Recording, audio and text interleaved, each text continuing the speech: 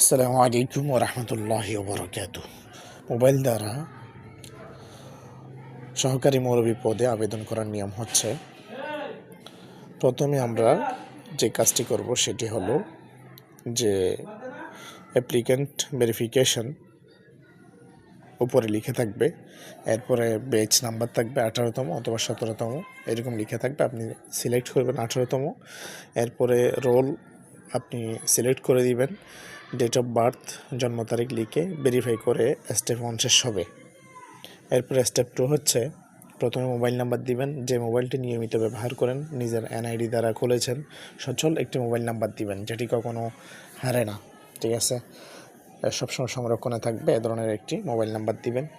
Email number দিবেন, আপনার email না থাকলে ইমেল নতুন করে খুলতে হবে।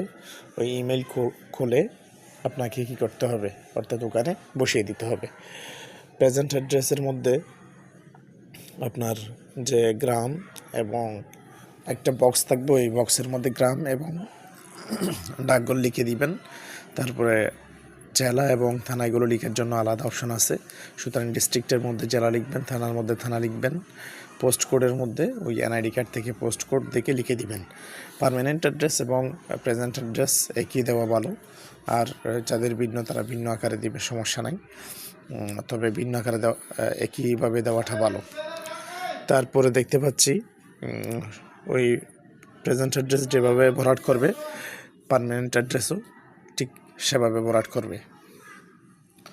তারপরে নেক্সটে যাবে, নেক্সটে গিয়ে 2 নাম্বার স্টেপ হচ্ছে, 2 নাম্বার স্টেপ আমরা বলেছি।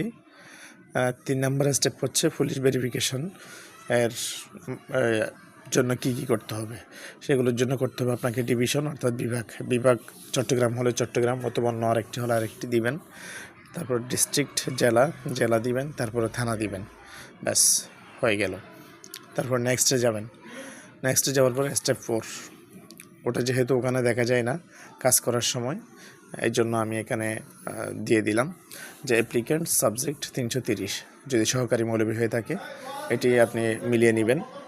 অল অথরিটিস এর মধ্যে আপনি যে অপশনগুলো আছে এর মধ্যে গিয়ে সহকারী মৌলভী হলে আপনি ডিএমই আপনি কি করবেন, সিলেক্ট করবেন।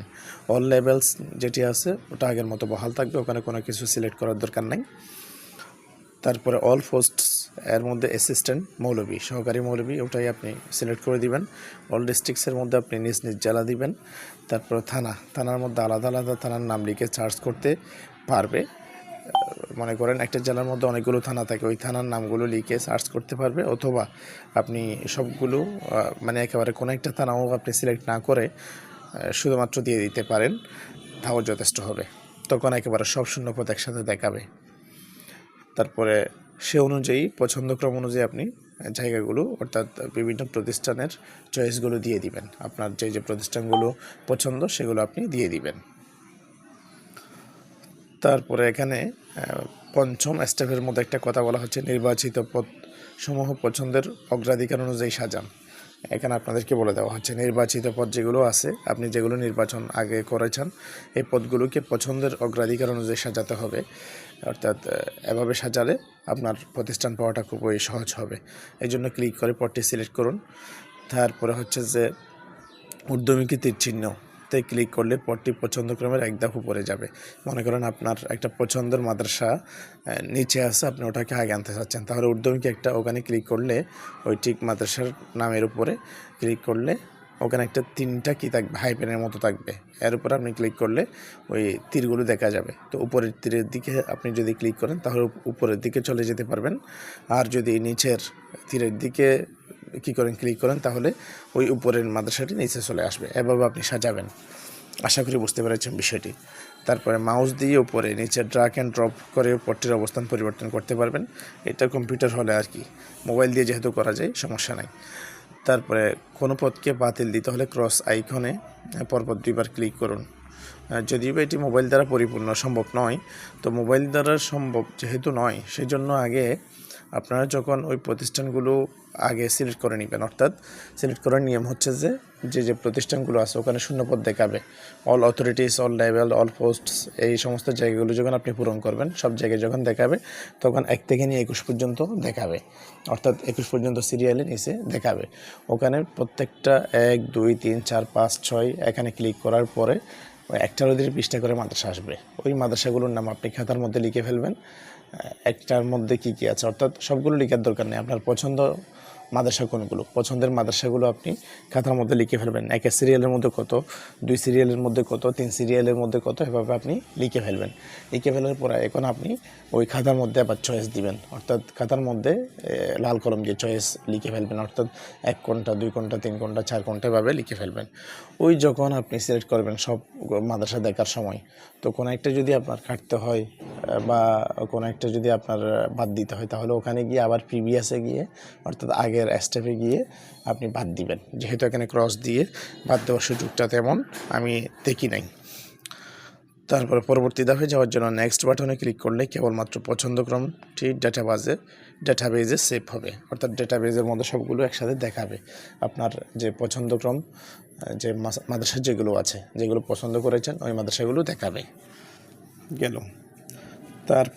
এরপরে 40টা প্রতিষ্ঠানের পরেও যদি আপনি কি করতে চান, তবে এখানে আরেকটা কথা আছে, 40টা প্রতিষ্ঠান আপনি না দিতে চাইলেও না দিতে পারেন, এর চেয়ে কমও দিতে পারেন, তবে 40টা দেওয়াটা বেটার।